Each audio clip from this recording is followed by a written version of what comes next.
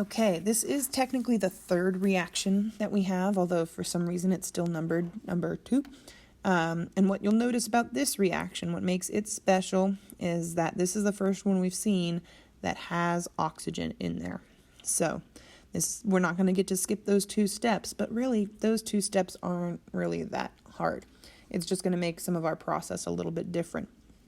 So starting off the same way, let's find our oxidation numbers so that we can get these split up into their half reactions. And here, I'm going to walk us through it actually.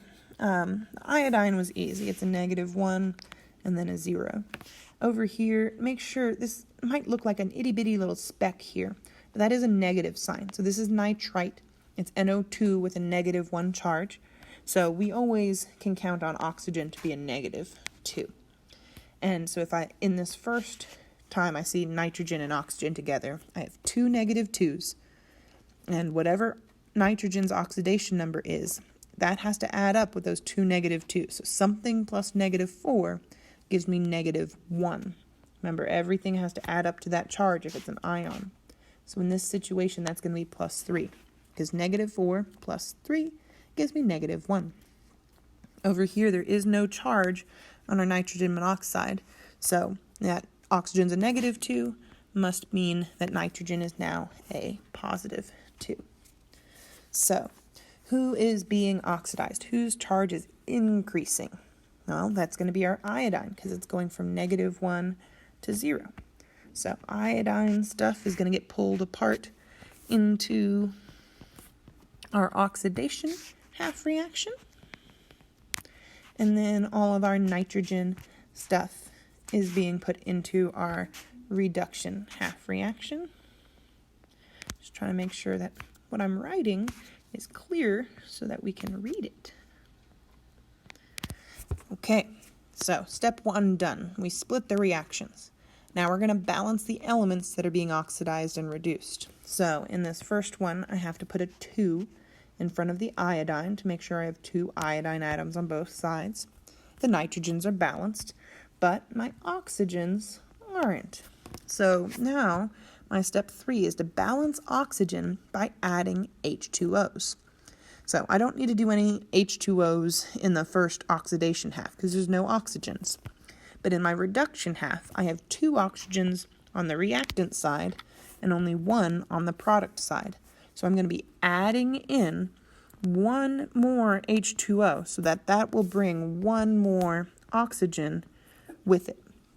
Now I have 2 oxygens on the product side, 2 oxygens on the reactant side.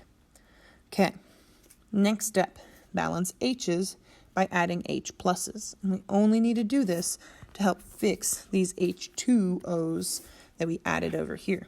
So if I added 2 H's on that product side, I need to add in 2 H's on this side. Just make sure that those are positive H's. And I like to write my positive and -1s. I say that, but I hadn't done it before. I have now, because it's easier if I see it there. So those 2 steps we've been skipping before really aren't that hard. It does make it a little bit different when we get to step 5 and we're balancing the charges by adding electrons, because this H+1 has another charge here. So the oxidation half is going to be the same. Here I have to add in some electrons at the product side because oxidation is losing. And if I have 2 -1s on this side, then I need to add 2 negative charges on this side.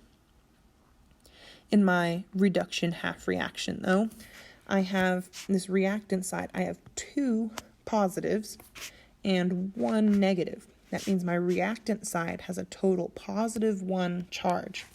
My product side, nothing has any charges. So that's just 0. That's neutral. So what do I need? I'm adding in my electrons over here. And once again, I didn't leave enough space. I know I write big, I should leave more space. But if this reactant side currently has a +1 charge, how many electrons do I need to add to it in order to cancel that out? Why just 1? Once again, I try and write those 1s because otherwise I might forget whether that's 1 electron or whether I just forgot to write the number. So we've balanced the charges by adding electrons onto the side that needs them. Now, we need to make sure our electrons are equal. They're not, unfortunately. But in order to make the smallest change possible, I'm going to leave this first oxidation half reaction alone. All I'm going to do is multiply the second reaction by 2 so that we can get these 2 electrons here to match these 2 electrons there. But everything has to get multiplied by 2 in this second reaction. So I'm going to go across, and this 2 H pluses is now 4 H pluses. Now I have 2 NO2s, 2 NOs, and 2 H2Os. So we've gotten our electrons lost equal to our electrons that are being gained, and now it's time to get rid of them. Cancel them out and combine our reactions together. I didn't line these up quite as well this time, but I try and get that arrows for both reactions right on top of each other so that it's clearer what stuff belongs together. But here in this problem, we're just going to put everything we can fit together before that reaction. Oh, I almost wrote the 2 electrons there, but I crossed them out for a reason. They don't ever get into this final reaction. Yeah, I'm going to need more space. Okay, I managed to get that all on that line, barely, but hopefully you did too.